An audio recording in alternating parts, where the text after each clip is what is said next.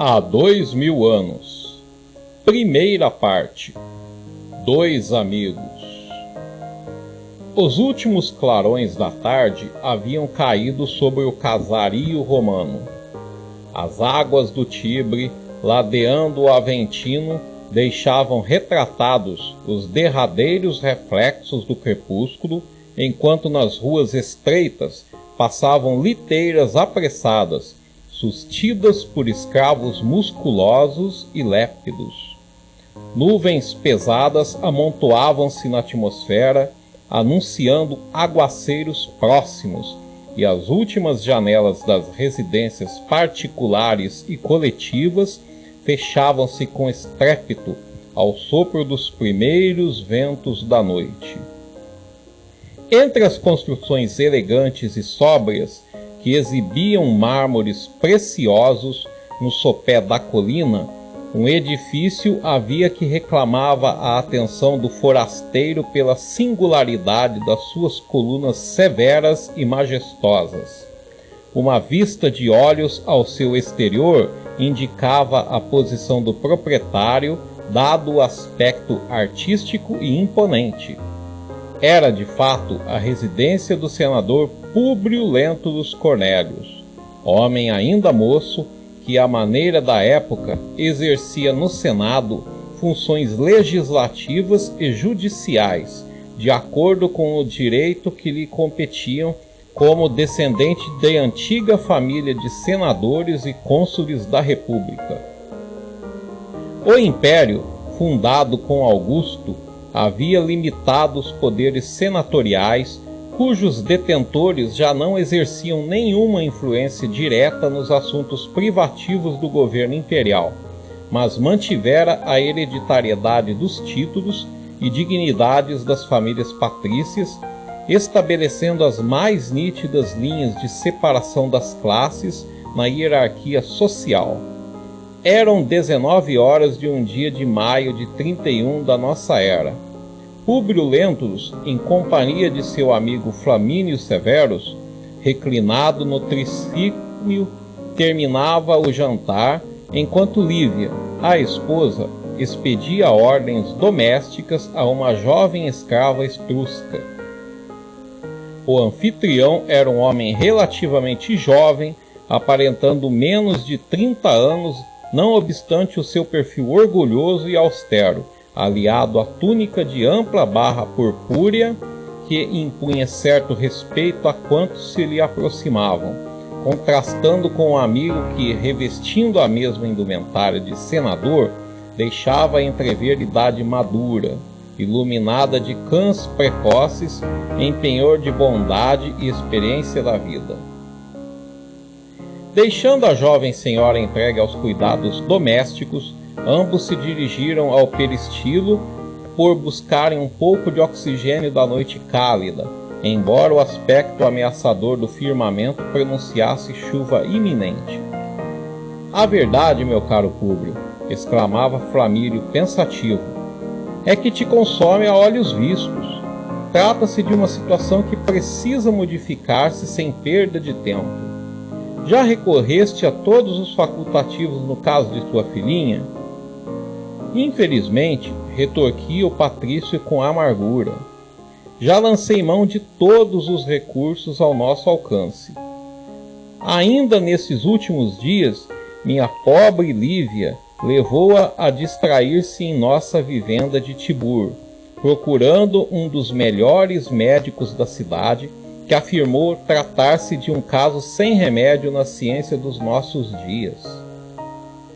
O facultativo não chegou a positivar o diagnóstico, certamente em razão da sua comiseração pela doentinha e pelo nosso paternal desespero. Mas, segundo nossas observações, acreditamos que o médico de Tibur presume-se tratar-se de um caso de lepra. É uma presunção atrevida e absurda. Entretanto, se não podemos admitir qualquer dúvida com relação aos nossos antepassados, sabes que Roma está cheia de escravos de todas as regiões do nosso mundo e são eles o instrumento de nosso trabalho de cada dia. Flamínio concordou. É verdade. Um laivo de perspectivas sombrias transparecia na fronte dos dois amigos, enquanto as primeiras gotas de chuva satisfaziam a sede das roseiras floridas que enfeitavam as colunas graciosas e claras. E o pequeno Plínio? Perguntou Públio, como desejoso de proporcionar novo rumo à conversação. Esse, como sabes, continua sadio, demonstrando ótimas disposições. Calpurnia atrapalha-se a cada momento para satisfazer-lhe os caprichos dos 12 anos incompletos. Às vezes é voluntarioso e rebelde, contrariando as observações do velho Parmênides, só se entregando aos exercícios da ginástica quando muito bem lhe apraz. No entanto, tem grande predileção pelos cavalos. Imagina que num momento de reflexão própria da idade, burlando toda a vigilância do irmão, concorreu a uma tirada de bigas realizada nos treinos comuns de um estabelecimento esportivo do Campo de Marte, obtendo um dos lugares de maior destaque. Quando contemplo meus dois filhos, lembro-me sempre da tua pequena Flávia Lentúria, porque bem sabe dos meus propósitos para o futuro, no sentido de estreitar os nossos antigos laços que prendem as nossas famílias. Públio ouvia o amigo calado, como se a inveja lhe espiaçasse o coração carinhoso de pai. Todavia, revidou, apesar de nossos projetos, os álgures não favorecem nossas esperanças, porque a verdade é que minha pobre filha, com todos os nossos cuidados, mais parece uma dessas infelizes criaturinhas atirada ao velabro. Contudo, confiemos na magnanimidade dos deuses. Dos deuses? Repetiu Públio, com mal disfarçado desalento. A propósito desse recurso imponderável, tenho escogitado 1000 teorias no cérebro fervilhante. Há tempos, em visita à tua casa, tive a ocasião de reconhecer mais intimamente o teu velho liberto grego. Parmênides falou-me da tua mocidade e permanência na Índia, dando-me conta das crenças hindus com as suas coisas misteriosas da alma. Acreditas que cada um de nós possa regressar, depois da morte, ao teatro da vida em outros corpos? De modo algum, replicou Flamínio energicamente. Parmênides, não obstante o seu caráter precioso, leva muito longe as suas divagações espirituais. Entretanto, meu amigo, começa a pensar que ele tem razão. Como poderíamos explicar a diversidade da sorte nesse mundo? Por que a opulência dos nossos bairros aristocráticos e as misérias do esquilino? A fé no poder dos deuses não consegue elucidar esse problema torturante. Vendo minha desventurada filhinha com a carne dilacerada e apodrecida, sinto que o teu escravo está com a verdade. Que teria feito a pequena Flávia nos seus 7 anos incompletos para merecer tão horrendo castigo das potestades celestiais? Que alegria poderiam encontrar as nossas divindades nos soluços de uma criança e nas lágrimas dolorosas que nos calcinam o coração? Não será mais compreensível e aceitável que tenhamos vindo de longe com as nossas dívidas para os nossos poderes do céu? Flamínio Severus meneou a cabeça como quem deseja afastar uma dúvida, mas, retomando o seu aspecto habitual, obtemperou com firmeza. Fazes mal em alimentar semelhantes conjecturas no teu foro íntimo. Nos meus 45 anos de existência, não conheço crenças mais preciosas do que as nossas no culto venerado dos antepassados. É preciso considerares que a diversidade das posições sociais é um problema oriundo da nossa arregimentação política, a única que estabeleceu uma divisão nítida entre os valores e os esforços de cada um. Quanto à questão dos sofrimentos, convém lembrar que os deuses podem experimentar nossas virtudes morais com as maiores ameaças à enfibradura do nosso ânimo, sem que necessitemos adotar os absurdos princípios dos egípcios e dos gregos, princípios, aliás, que já os reduziram ao aniquilamento e ao cativeiro. Já ofereceste algum sacrifício no templo depois de tão angustiosas dúvidas? Tenho sacrificado aos deuses segundo os nossos hábitos, respondeu Públio, compungidamente, e ninguém mais que eu se orgulha das gloriosas virtudes de nossas tradições familiares. Entretanto, minha observação não surge tão somente a propósito da filhinha. Há muitos dias ando torturado com o espantoso enigma de um sonho. Um sonho? Como pode a fantasia abalar desse modo a fibra de um patrício? Públio Lentulus recebeu a pergunta mergulhado em profunda cisma. Seus olhos parados pressumiam devorar uma paisagem que o tempo distanciara no transcurso dos anos. A chuva, agora em bátegas pesadas, caía continuadamente, fazendo os mais fortes transbordamentos do implúvio e represando-se na piscina que enfeitava o pátio do peristílio. Os dois amigos haviam se recolhido a um largo banco de mármore, reclinando-se nos estofos orientais que o forravam, prosseguindo na palestra amistosa. Sonhos há, prosseguiu Públio, que se distingue da fantasia, tal a sua expressão de realidade irretorquível. Voltava eu de uma reunião do Senado, onde havíamos discutido um problema de profunda delicadeza moral, quando me senti presa de inexplicável abatimento. Recolhi-me cedo, e quando parecia divisar junto de mim a imagem de Temis, que guardamos no altar doméstico, considerando as singularidades e obrigações de quem exerce as funções da justiça, senti que uma força extraordinária me selava as pálpebras cansadas e doloridas. No entanto, vi outros lugares, reconhecendo paisagens familiares ao meu espírito, das quais me haviam esquecido inteiramente. Realidade ou sonho, não sei o que dizer, mas vi-me revestido das insígnias de cônsul, ao tempo da República.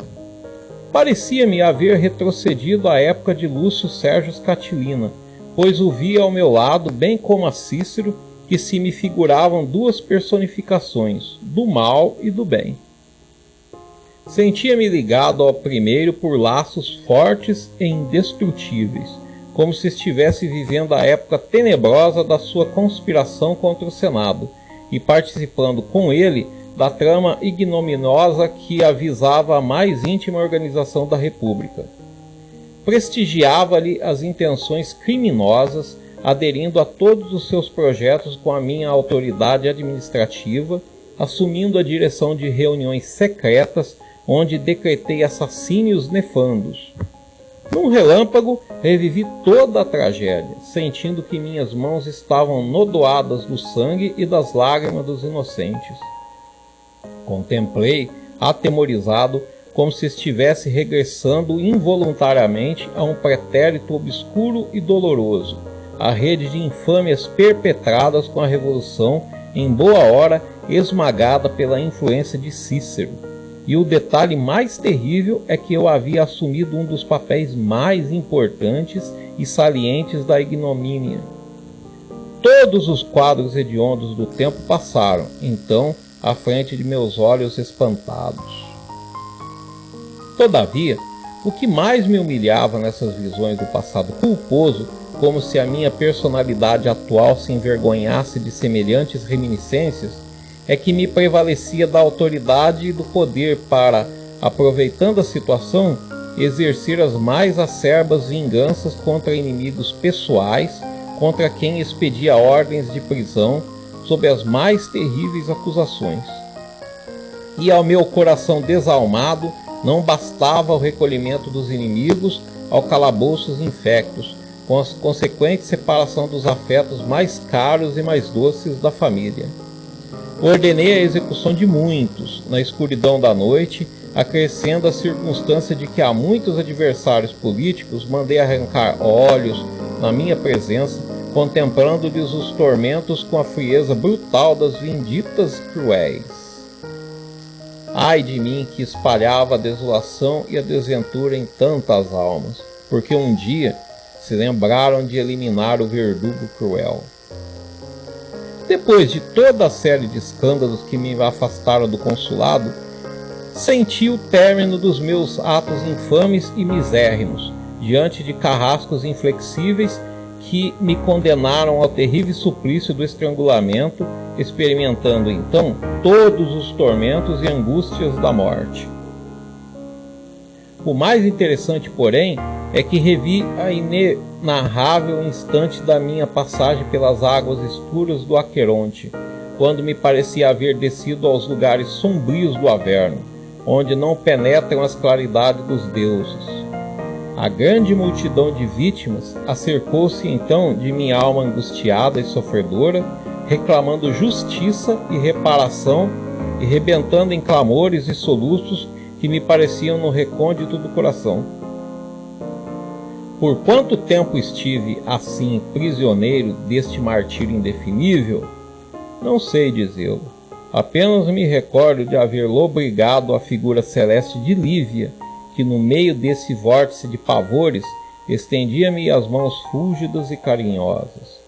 Afigurava-se-me que minha esposa me era familiar de épocas remotíssimas, porque não hesitei um instante em lhe tomar as mãos suaves que me conduziram a um tribunal, onde se alinhavam figuras estranhas e venerandas.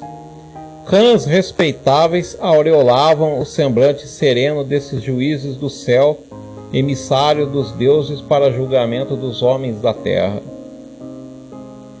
A atmosfera caracterizava-se por estranha leveza, cheia de luzes cariciosas que iluminavam perante todos os presentes os meus pensamentos mais secretos.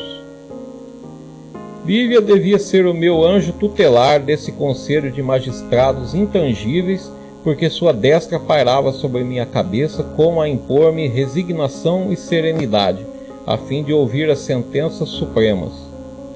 Desnecessário será dizer-te do meu espanto e do meu receio diante desse tribunal que eu desconhecia, quando a figura daquele que me pareceu a sua autoridade central me dirigiu a palavra exclamando: Públio Lentulus, a justiça dos deuses na sua misericórdia determina a tua volta ao turbilhão das lutas do mundo, para que laves as nódoas de tuas culpas nos prantos remissores. Viverás numa época de maravilhosos fulgores espirituais, lutando com todas as situações e dificuldades, não obstante o berço de ouro que te receberás ao renasceres, a fim de que edifiques tua consciência denegrida das dores que purificam e regeneram.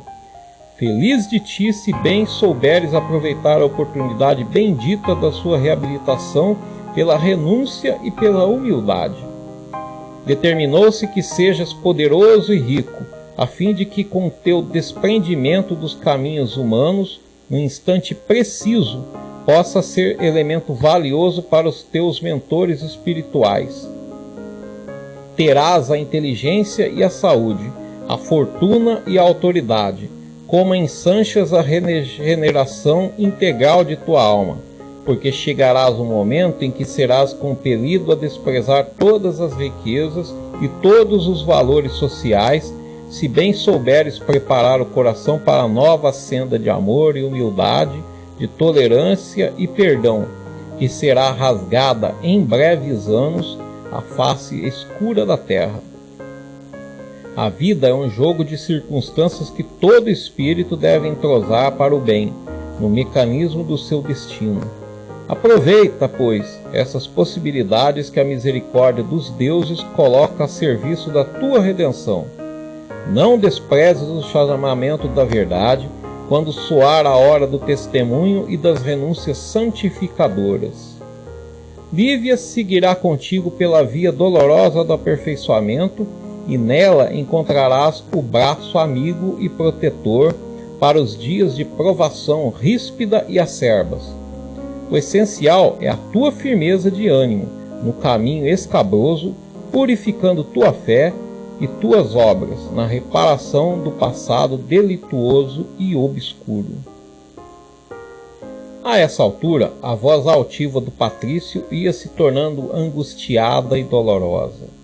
Amargas comoções íntimas represavam-se-lhe no coração atormentado por incoercível desalento. Flamínio Severus ouvia-o com interesse e atenção, rebuscando o meio mais fácil de desvanecer impressões tão penosas.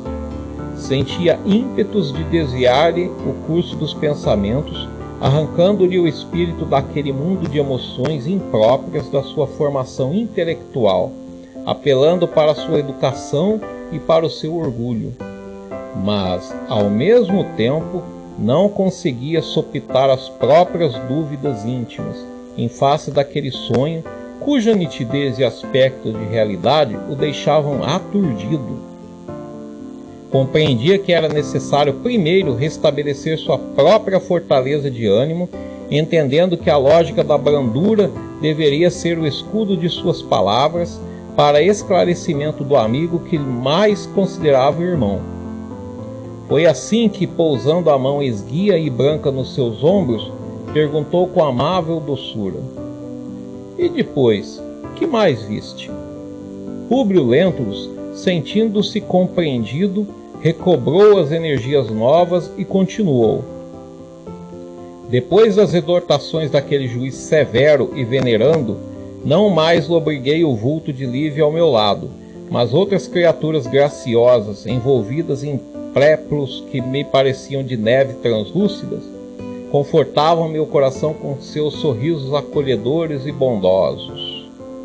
Atendendo-se-lhes ao apelo carinhoso, senti que meu espírito regressava à terra. Observei Roma, que já não era bem a cidade do meu tempo. Um sopro de beleza estava reconstituindo a sua parte antiga, porque notei a existência de novos circos, teatros suntuosos, termas elegantes e palácios encantadores, que meus olhos não haviam conhecido antes. Tive a ocasião de ver meu pai entre os seus papiros e pergaminhos, estudando os processos do Senado, tal qual se verifica hoje conosco, e depois de implorar a bênção dos deuses no altar doméstico de nossa casa, experimentei uma sensação de angústia no recesso de minha alma. Pareceu-me haver sofrido dolorosa comoção cerebral e fiquei atormentado numa vertigem indefinível. Não sei descrever literalmente o que se passou, mas despertei com febre alta, como se aquela digressão do pensamento pelos mundos de Morfeu me houvesse trazido ao corpo dolorosa sensação de cansaço. Ignoro o teu julgamento em face dessa confidência amargurada e penosa, mas desejaria me explicasse algo a respeito. Explicar-te o quê? Obtemperou Flamínio, tentando imprimir à voz uma tonalidade de convicção enérgica.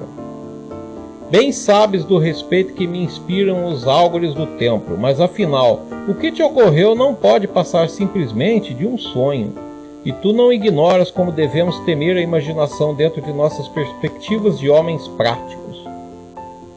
Por sonharem excessivamente, os atenienses ilustres transformaram-se em escravos misérrimos, constituindo obrigação de nossa parte o reconhecimento da bondade dos deuses que nos concederam o senso da realidade, necessário às nossas conquistas e triunfos.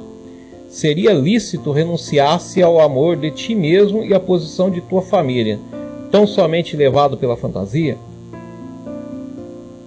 Públio deixou que o amigo discorresse abundantemente sobre o assunto, recebendo-lhe as exortações e conselhos, mas depois, tomando-lhe as mãos generosas, exclamou angustiado: "Meu amigo, eu seria indigno da magnanimidade dos deuses se me deixasse conduzir ao sabor dos acontecimentos. Um simples sonho não me daria margem a tão dolorosas conjecturas, mas a verdade é que ainda te não disse tudo." Flamínio Severus franziu o sobrolho, rematando: "Ainda não disseste tudo? O que significam essas afirmativas?" No seu íntimo generoso, angustiosa dúvida fora já implantada com a descrição minuciosa daquele sonho impressionante e doloroso, e era com grande esforço que o seu coração fraternal trabalhava por ocultar ao amigo as penosas emoções que intimamente o atormentavam. Públio, mudo, tomou-lhe do braço, conduzindo-o às galerias do tablino, localizado a um canto do peristilo, nas proximidades do altar doméstico, onde oficiavam os mais puros e mais santos afetos da família. Os dois amigos penetraram o escritório e a sala do arquivo com profundo sinal de respeito e recolhimento. A um canto dispunham-se em ordem numerosos pergaminhos e papiros, enquanto nas galerias avultavam retratos de cera, de antepassados e avoengos da família. Públio Lentulus tinha os olhos úmidos e a voz trêmula, como se profundas emoções o dominassem naquelas circunstâncias. Aproximando-se de uma imagem de cera entre as muitas que ali se enfileiravam, chamou a atenção de Flamínio com uma simples palavra. Reconheces? Sim, respondeu o amigo estremecendo. Reconheço essa efígie. Trata-se de Públio Lentulus Sura, teu bisavô paterno, estrangulado há quase um século na Revolução Catilina. Faz precisamente 94 anos que o pai de meu avô foi eliminado nessa tremenda circunstância, exclamou Públio com ênfase como quem está de posse de toda a verdade. Repara bem os traços dessa figura para verificares a semelhança perfeita que existe entre mim e esse longínquo antepassado. Não estaria aqui a chave do meu sonho doloroso? O nobre patrício observou a notável identidade de traços fisionômicos daquela efígie morta com o semblante do amigo presente. Suas vacilações atingiram o auge em face daquelas demonstrações alucinantes. E elucidar o assunto, encarecendo a questão da linhagem e da hereditariedade, mas o interlocutor, como se adivinhasse os mínimos detalhes de suas dúvidas, antecipou o julgamento, exclamando: Eu também participei de todas as irritações que ferem o teu raciocínio, lutando contra as razões antes de aceitar a tese de nossas conversações dessa noite. A semelhança pela imagem, ainda mais extrema, é natural e é possível. Isto, porém, não me satisfaz plenamente.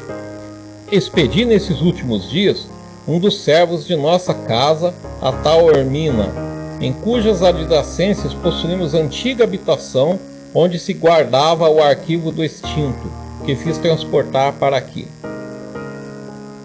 E no movimento de quem estava certo de todos os seus conceitos, revirava nas mãos nervosas vários documentos, exclamando: Repara esses papiros, são notas de meu bisavô acerca de seus projetos no consulado.